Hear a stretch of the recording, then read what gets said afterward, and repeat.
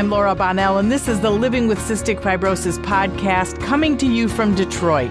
Please subscribe and even rate and comment on our podcasts when it moves you. I learn something new with every podcast, and I'm always inspired by the people that are showcased here. We don't give medical advice. You need to connect with your doctor for that. I hope that this Living with Cystic Fibrosis podcast educates you and sparks some volunteering or advocacy.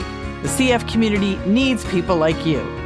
Thanks to our sponsors, Viatris, Genentech, and Vertex for their support. I'm really excited for you to learn about the All of Us research program. If you're not already involved in it, it's a wonderful program, and their goal is to enroll 1 million people to build one of the most diverse health databases in history.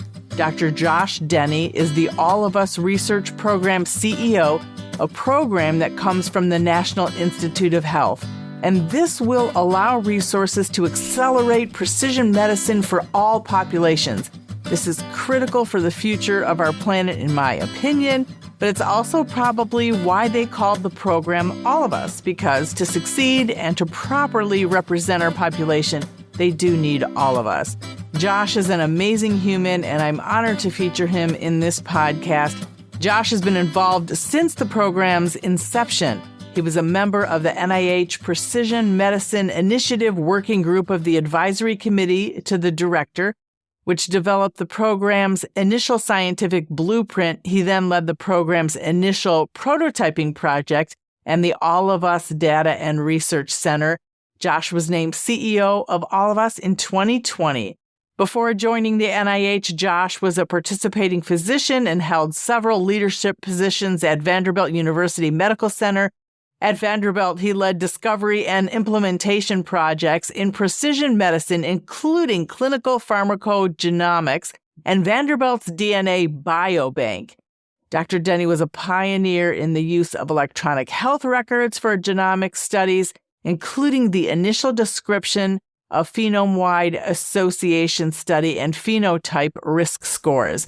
And that is a lot about Dr. Josh Denny, but I thought it was very important to talk about all that he brings to this All of Us program. So welcome, Dr. Josh Denny. I am so looking forward to talking about the All of Us program. Thanks for joining us on the Living with Cystic Fibrosis podcast. Thank you so much for having me. It is a pleasure to be here. And I just want to start by saying anyone who knows me knows how much I love science and innovation. And they also know how much I love Dr. Francis Collins, the former director of the NIH, and everything he's done for cystic fibrosis. And so when he said we should all, check out this program, All of Us, I absolutely checked it out. And then I decided to sign up for it. I found it so interesting. This is why I wanted to do this podcast with you. Let's start by you kind of talking about what the program is, basically, just so people know exactly what we're talking about. Well, thank you, Laura. I'm so enthused that you have signed up for the program. Thank you for joining. All of Us is a really ambitious effort to enroll at least 1 million people across the United States who envision partner with us to create a better future for health for all of us. And it really has a focus on accelerating precision medicine. Sometimes people use the word individualized medicine or personalized medicine, but we often use the word precision medicine because we're trying to get more precise and actually apply better science to better treat, to get the right drug the first time without side effects. And, cystic fibrosis is an incredible story of the power of precision medicine. You know well, and have had people like Francis come and talk on your program, I know, that have detailed from the discovery of the gene in 1989 to just lots of better treatment over decades, really, as in my early training as a med student and resident, to the introduction of specific therapies, first correcting a mutation in 2013 to where we have now with Trikafta in 2019. Just tremendous advances, as you know, in cystic fibrosis. And we want to take that kind of paradigm to change to all populations. So diversity is really important, and really all diseases. drug therapies, all those things that we, don't know about. And cystic fibrosis, you hit so many of those with different infections, things like that as well, that we don't necessarily have huge sample sizes for, and we need that in all of us. So we really build this cohort. It's got electronic health records, people share surveys and DNA, other biosamples to really help us disentangle and understand health. And I really love the push for diversity. Of course, it should be included without a doubt, but I like that it's stated right there. It's so important. I mean, I believe that scientists know it probably better than anyone, but if people didn't get the message during COVID, they need to hear it again. It is extremely important that there is a large group of the population. This is the whole reason, part of the reason that you're doing this, so that it can benefit all of us. Clearly the name, right? That's exactly right. That's especially true for genetic research. More than 90% of all genome-wide association studies that have done worldwide have been in people who are European ancestry or basically white.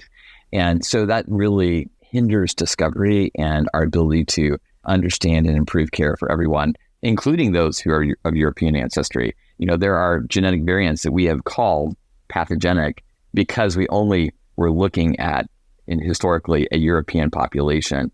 And as we start to genotype different populations, we understand this could be a very common variant and it's not pathogenic at all. So it really is important that we have all sorts of people involved because we all get healthier by doing that. And I always like to, whenever the opportunity, presents itself, to say that people of color in cystic fibrosis are underdiagnosed. So it is really important, especially as in cystic fibrosis, we're dealing with the last 10% trying to find modulators for people with CF. So it's always important and it's always critical to research and medication. So thank you for that. And there's always a CF connection, and I wanted you to talk about your CF connection. When I reached out to all of us, I don't know, I don't always think there is a CF connection, but there always does seem to be. So if you can walk us through your CF connection. Of course. Yeah, so my really journey to medicine and science really begins with CF. My grandmother and grandfather had 6 children, 4 of which had cystic fibrosis and died at a very young age. So my dad remembers very clearly some of his siblings who passed away from cystic fibrosis at a young age. We don't know their mutation. That was before testing. And in fact, some of the later children and even the earlier ones, their physicians thought, how could this, we're late to come to that diagnosis. It's a very new diagnosis. And so, that story I grew up with in our family. And my dad's a banker. He didn't go into science, but I certainly remember growing up with those stories. My grandmother's still alive. She is very involved in the Cystic Fibrosis Foundation of Kentucky. We went to fundraisers, galas and such in Kentucky growing up. And I remember, those kinds of connections as well, man, hearing those stories. She's 93 now. About a year or so ago, I got in the mail, one of the newsletters from the CF Foundation was scribbling on top about, how she's still hoping for that genetic cure before she dies. Wow. And so she still stays very actively involved in that. And it was part of, why I wanted to go into medicine and science. I wanted to make a difference. And I saw that. I saw her passion becoming a preschool director for 30 years after her kids were out of school. And, how she poured into other children. And I wanted to see what difference I could make for health writ large. That is impressive and wonderful that it kind of helped get you where you are. I also think that, or you've actually said, the fact that you have a child with a rare disease, one of your 4 children, Aaron, is he about 14? He is 14. So that also played a part. Yeah. So, this is with a different rare disease. He has neurofibromatosis type 1. He was our second child. As he developed, we noticed some differences and had a number of physicians involved in his care. I'm obviously a physician as well. it took us till he was 7 years old to actually figure out what his diagnosis was. And so I certainly empathize and understand the diagnostic odyssey that many parents go through with their children, whether it be cystic fibrosis or something else. I feel like I had access to some of the best medical care in the world and could access remote specialists as we tried to manage his symptoms. And so we traveled as well to try to seek how we could manage his care. And he's doing fabulous right now. Started in 8th grade and shipped him off to school this morning. First day back in 2024. He's enjoying school. He's involved in extracurriculars. He's on the Science Olympiad team, and he's just doing wonderful. And I can share in that journey that so many of probably your fellow listeners have as either parents or as they grew up living with a chronic disease and how you manage that. And I think, too, that you're a perfect example, you and your wife, Carolyn, about on average, it takes 7 years to find out what rare disease your child has. So you're a perfect example of that. And I do want to get back to all of us, but I thought it was really important to talk about your personal experience and your story because people can relate to that. And it's very important. And I think it makes everyone trust even more about the reason why you're involved in this. When I read your story and I watched some of the videos that you and your wife did, it really touched my heart. And I get why you're in it. And I'm thankful that you're in it because if anyone should be in it and in this program, it's you and people like you who aren't just outside looking in, you're living it. And I know we would all rather not have our kids have rare diseases, but we are in it. So I'm grateful that you're also in the mix with us. So thank you. Thank you for using all your expertise and parenting knowledge and everything. It's really important. How far away from 1 million people in the All of Us program are you? How far do you have to go? Well, there's no ceiling. That's the first thing I'll say. We have over 750,000 people now that have consented to join our study. We launched nationally in 2018. So it's just really been an incredible growth in people joining the program. You have to remember COVID was in between there. And initially when COVID hit, things went to zero because everything was in person. In some ways, that created a stronger program because now we can truly reach anyone, anywhere in the United States, including territories. If we don't have brick and mortar near you, which we're ever expanding, we can also send you a saliva kit. And so people can donate that way as well. And saliva kit right here. I'm about to send it in. Perfect prop. Joinallofus.org is our website, and we really encourage everyone to join. We find actually that people with rare disease are overrepresented in All of Us, and probably no surprise. All rare diseases really are under-investigated just because it's hard to find that sample size and the population, and they're distributed across the country. As a physician, when I was at Vanderbilt, I would have patients that would drive from, Kentucky and rural Tennessee and northern Alabama to get their care at a tertiary medical center because you don't have as many options when you have a rare disease and you need that kind of expertise. So All of Us is trying to pull all these together, make greater sense of it. And of those 750,000, more than, I think it's about 530,000 have donated biospecimens as a demonstration that people do participate in different ways. Most people do share their electronic health records. More than 90% of people share their electronic health records as well. And most of those come through partner organizations. We have over 60 medical centers that are part of the program. We also allow people to share their individual electronic health records through patient portals as well, through the interface. And we continue to expand ways to collect that kind of information. We're also looking at the importance of the environment. Environmental influences are something that we're really pushing towards and thinking about now, which are kind of underexplored in science typically. And that's another important piece of having a national coverage, that we get a variety of weather patterns, we get a variety of particulate matter in the air exposures, and then things like other chemicals that could be environment that will be disentangled over time. And that's what I was going to ask you. Do you mean things like lead or other things in the air? That's what you're talking about when you say environmental influences, how that can impact our health? Certainly, yes. So lead is one that's very well understood through really decades of research, really relevant for a patient with cystic fibrosis, perhaps could be things like particulate matter, air quality in general, wildfires that have influenced the West and from the North, all these kinds of things that we, become exposed to, some of which we know and understand, and some of which I think we'll learn to know and understand over time. Well, when the fires from Canada were coming over, I mean, my kids were masked, so over concern. So that is really good to know. And I wonder, as you were talking about, there are different levels of commitment. I'm actually enjoying the program.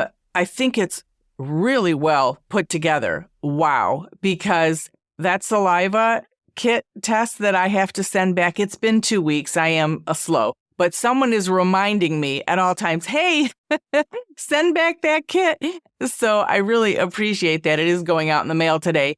But I think that there is really fantastic back and forth. I've gotten a call that said, hey, if you didn't fill out this section yet, just a reminder to fill that out. I do appreciate that. So I think it's really well organized, and I've learned so much, and I like signing into my portal and looking at everything. It also is very calming as far as it answers all your questions. What's this going to do to your health insurance, right? Maybe people worry about that. What is the privacy that you're going to have? What information can you find out? So I really appreciate that. How much commitment and what kind of feedback are you getting as far as people wondering what stays private and how much control they have over their own information?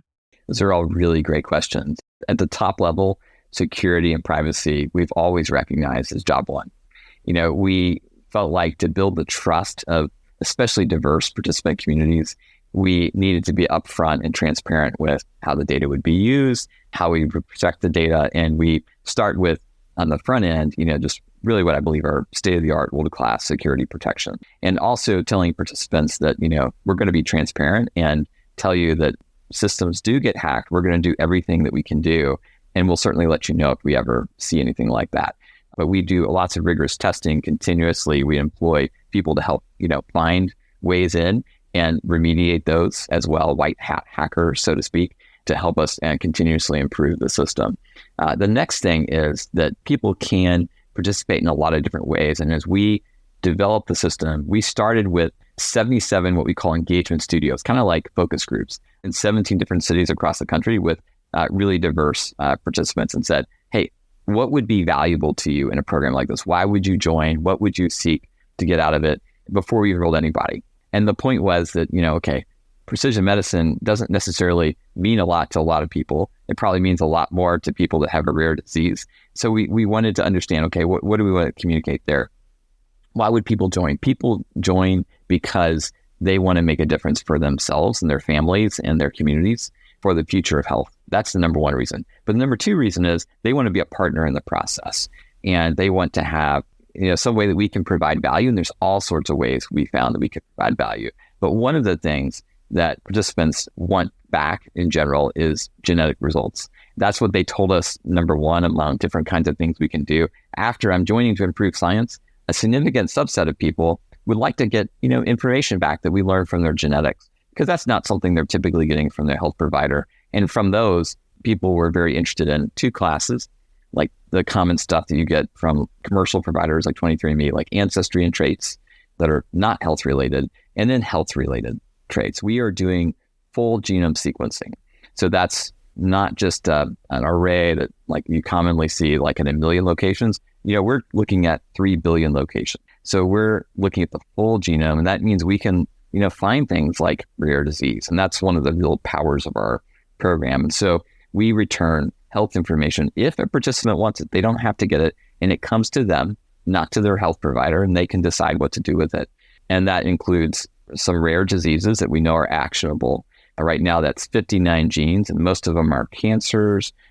There's some cardiac diseases, some arrhythmias. Breast and ovarian cancer syndrome is one of the better known of these.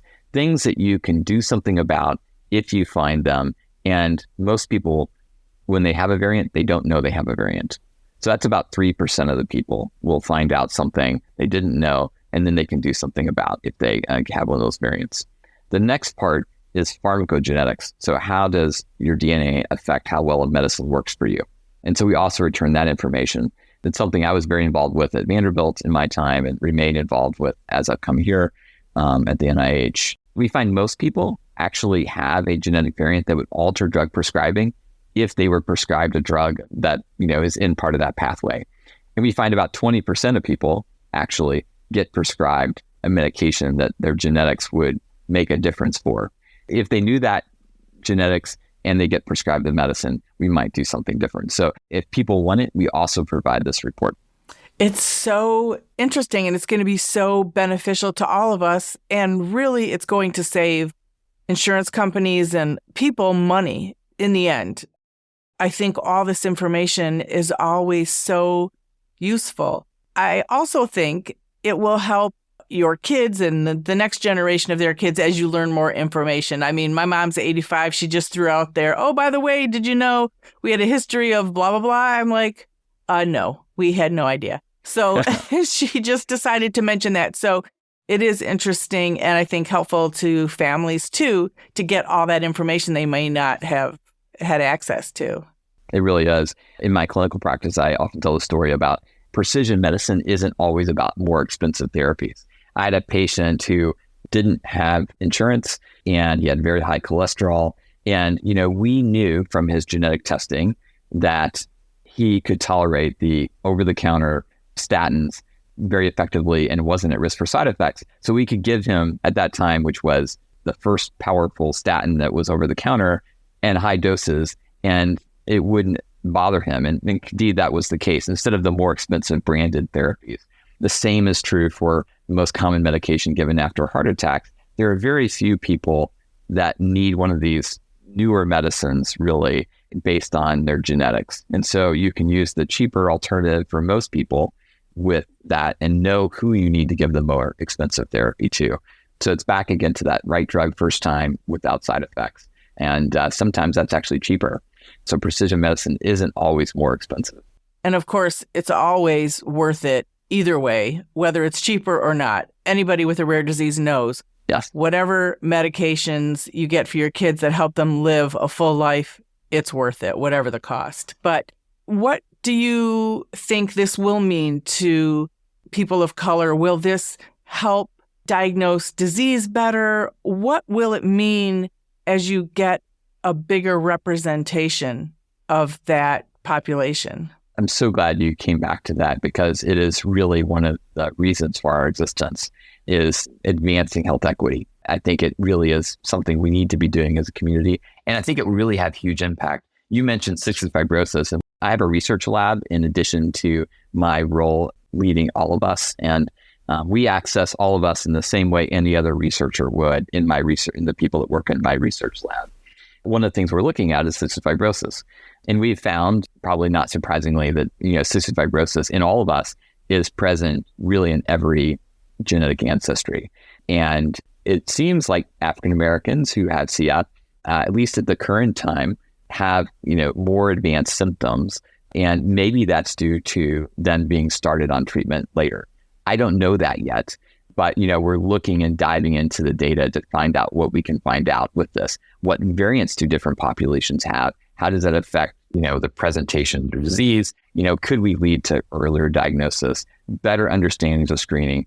And then if you think about broadening back from that, from CF to a bigger picture of disease, there's so many diseases in there. And we're discovering some really clear examples in different populations that, seem to have higher incidence of pick your disease. Kidney failure in people of especially West African ancestry has a genetic basis to a lot of that. And that is leading to some drugs in development that target that specific mutation. And so if we don't have the genetic basis in the population to start learning these things, we can't start developing those therapies and uncover why some populations seem to have higher rates of disease or drugs don't work as well as well. And so we see all these kinds of things. Building that will, I believe, to answer your question, better screening, better treatment, better understanding of disease, really that will end up benefiting everybody. Might you find out that there's a disease where right now we say only 10 people know about the disease, but if you go through this program, maybe you will find out that you have this genetic mutation, but you didn't know about it yet, or it wasn't caught in newborn screening for whatever reason, because they weren't testing all of the mutations, because there's, like, for example, a lot in cystic fibrosis. But is that possible too, that these diseases that have so few people, you might find out so much more about these super rare, which probably is not a word, but these super rare diseases? Yeah, we do talk about conditions that are ultra rare out there. I think we will find that many of these probably occur in higher frequencies than we think as we go in the population. We also will find there are conditions that are considered 100% penetrant and everyone gets diagnosed. We'll also find that there are people that have much, much milder forms of those or don't develop symptoms, even though they're considered to be completely expressed if you have the mutation. That will help us maybe find balancing mutations that ameliorate the effects of the disease-causing variant. So there is so much in here that we will, I think, discover. And one of the things that's important for us as a program is how do we feed that back to participants if they want to know?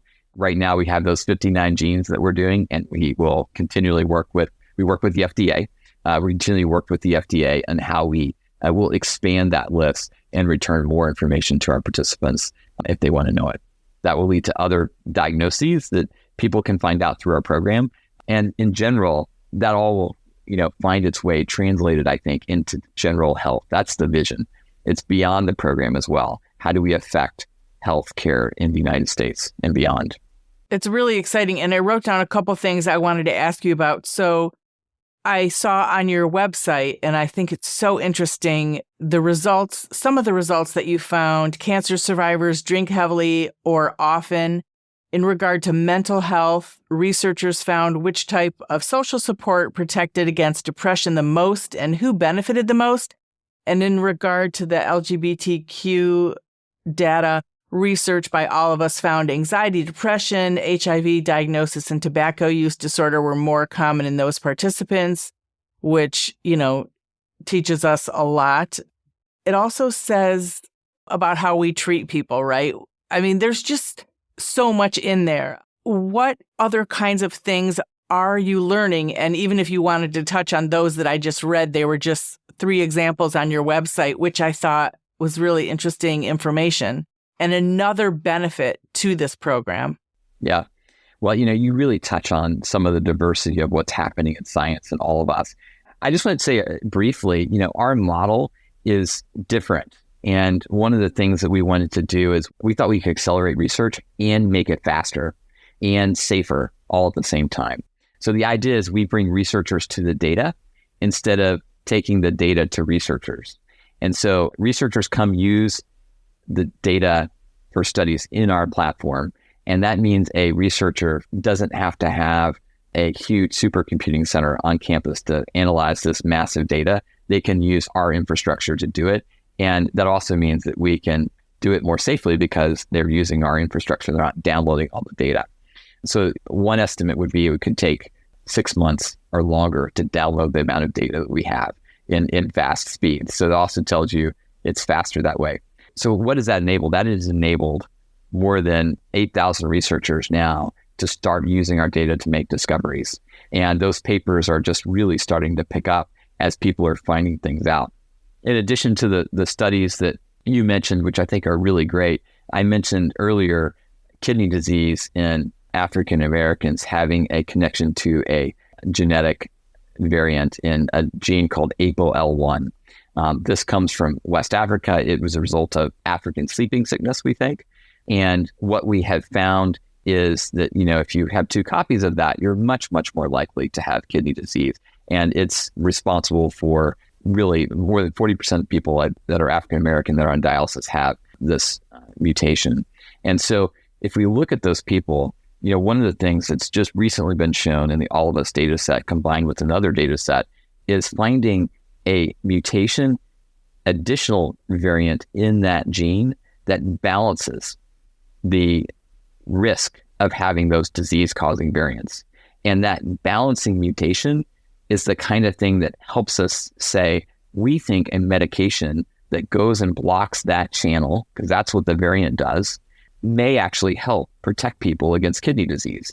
And so that is all of us providing real world evidence now that's helping provide evidence that supports how we target that gene to ameliorate this kidney disease that's genetically driven. And so that's another example of the kinds of things I think you'll see increasingly come out of our data set. It's so interesting and impressive and exciting. Your researchers and people must be excited every day at the new information that they find and what's coming into this program. What are you most excited about? Is there one thing? It's not one thing. It's so many things, because it really is a plethora of diseases. But let me nail into one thing. I think I'll give you two things I'm really excited about, I guess. One is, I think the power of the return of results to participants has a real power to do something in healthcare in this country. As we deliver genetic results to people all across the country, seeing all sorts of different providers, I think that will make these genetic results and how to use them in healthcare less scary for physicians. And I think it will do something to make precision medicine more common. I think that idea of, hey, you know what, it's not that hard to prescribe a different medicine based on a genetic result. Yeah, I'm initially scared by seeing these things like CYP2C19 STAR2 and all this kind of stuff. What does that mean? But the next result is, hey, it doesn't work as well for clopidogrel, and maybe you should use prasugrel instead. That's actually pretty easy to follow.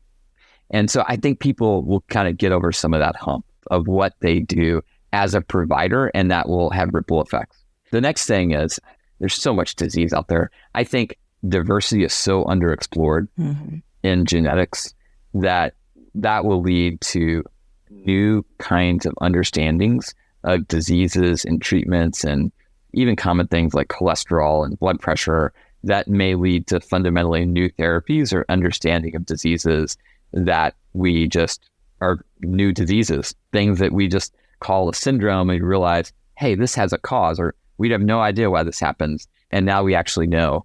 You have 2/3 of the rare diseases out there don't have a genetic cause that we think have a genetic cause. Wow. So maybe we'll start to uncover those, and we'll start to figure out, hey, it's this gene, just like we did at CF in 1989. What's the next disease out there that gets a gene that starts the progress and march towards a specific therapy that greatly improves the life with that condition? How long is this program? I mean, it's going to go on after I'm gone, I believe, if I remember everything correctly that I read. But how long is this program going to go? Decades. I hope it's long after I'm gone too. So I hope this is really this kind of infrastructure that just continues to go. And we really want it to be a long-term relationship with our participants, because that's really where a lot of the power comes from. I mean, I can't say enough about the program. And like you said, it's probably, I'm so excited about it because I have 2 daughters with a genetic disease. And so I'm in this mix, but I encourage people with or without a genetic disorder. And like I always say, if you don't know somebody now with a rare disease, you will eventually. It always comes around. I mean, in Michigan here, there's 1 million people with rare diseases. It's about 10% of every state. So there are so many people with a rare disease, and this will help everyone and people in the future. And I think for me, that's one of the most exciting things. I feel like maybe I'll have just a minuscule help in some way, the genetic material, or whatever it is that all of us asks of us. And again, what are your hopes as more people sign up for this program? Well, I think you really hit on one avenue that I think is really part of our next 500,000, I'll say maybe, going above 1 million. It will be as we get people with, I think rare disease is a real opportunity space because most rare disease foundations don't really have the infrastructure to support study of those diseases. And we do. So, that really goes true for every disease out there, but certainly that's also true for rare disease as well. As a program, we're disease agnostic. One other thing I want to bring out is kids. You talked about your children, and I talked about, mine, and then really my grandparents' kids, my would-be aunts and uncles. We have been a program just for people who are 18 and over. But one of the things that we are working hard on and really close to starting is a program for pediatrics for that initially it'll be 0 to 4. And then we'll gradually build out the protocols because they're so different, whether you're 0 to 6, 7 to 12, and 13 to 18. Those are very different life stages, as we all well know. And so we have built a protocol, had IRB approval, built questionnaires and all that stuff for that youngest age now. And I'm really excited about launching a pediatric component of the program so that we'll be completely lifespan oriented from birth to the end of life. And that will really further help us to address the range of health conditions that we face. That's very exciting. And in show notes, we have all the links to all of us if people want to find out more information or sign up for the program. Like I said, I think it's really educational too. Before we wrap it up here, because I could talk to you all day about this, I really find it very interesting, and I encourage everyone to check it out and make their own decision. But I hope that through this podcast, we get more people of color, not only in the CF community, but in any rare disease community, because as you said, a lot of the rare disease is involved in this program already. So it is good to get more people of color to get involved in this. What other things do you want people to know about this program before we wrap it up? Well, I think you really hit a lot of the highlights. I would just encourage any of your listeners to come on, explore it. The website, you can learn lots of it about there. You can see what kind of genetics we return now, what those reports look like in some cases, and everything. We try to really be sensitive to where someone is on the journey. So if they come in, they don't want genetic results right now, that's fine. As they go through the process, they can change their mind. They can see, and there's lots of different health questionnaires, participate as they're comfortable doing so. It's really important to have the contribution of as many as we can. And I'm glad you made the call for diverse participants and all populations, whether that be cystic fibrosis or other conditions. We really would welcome everyone in the United States. You don't have to be a citizen. We certainly protect the data from any kind of other uses like that. We just want you to be a part and help to make all of us healthier. Great point. And there are phone numbers and emails. Every time I've had a question, I've had it answered, and quickly. So I just can't say enough how organized it is and how Thank you. There is somebody always answering your question fully and immediately. They also had a quiz, through the program to make sure that you understood what you read, which I also appreciated. It's just really well done. I'm so impressed by it, not to just, go so gaga crazy, but it really is an impressive program on every level. So thank you for everything you're doing, because you're going to change the face of medicine and everything and research in this world, not just this country. I believe it's incredible. So thank you. Thank you so much. I really appreciate it. It's much better having you say it than me. And it's great to get that feedback. So I really appreciate that. You're welcome. It's so true. Thank you. Thank you. The original music in this podcast is performed by Kevin Allen. It's not complicated. Who happens to have cystic fibrosis. We all got our worries and fears. I know what's got you frustrated, but loving you is so alright.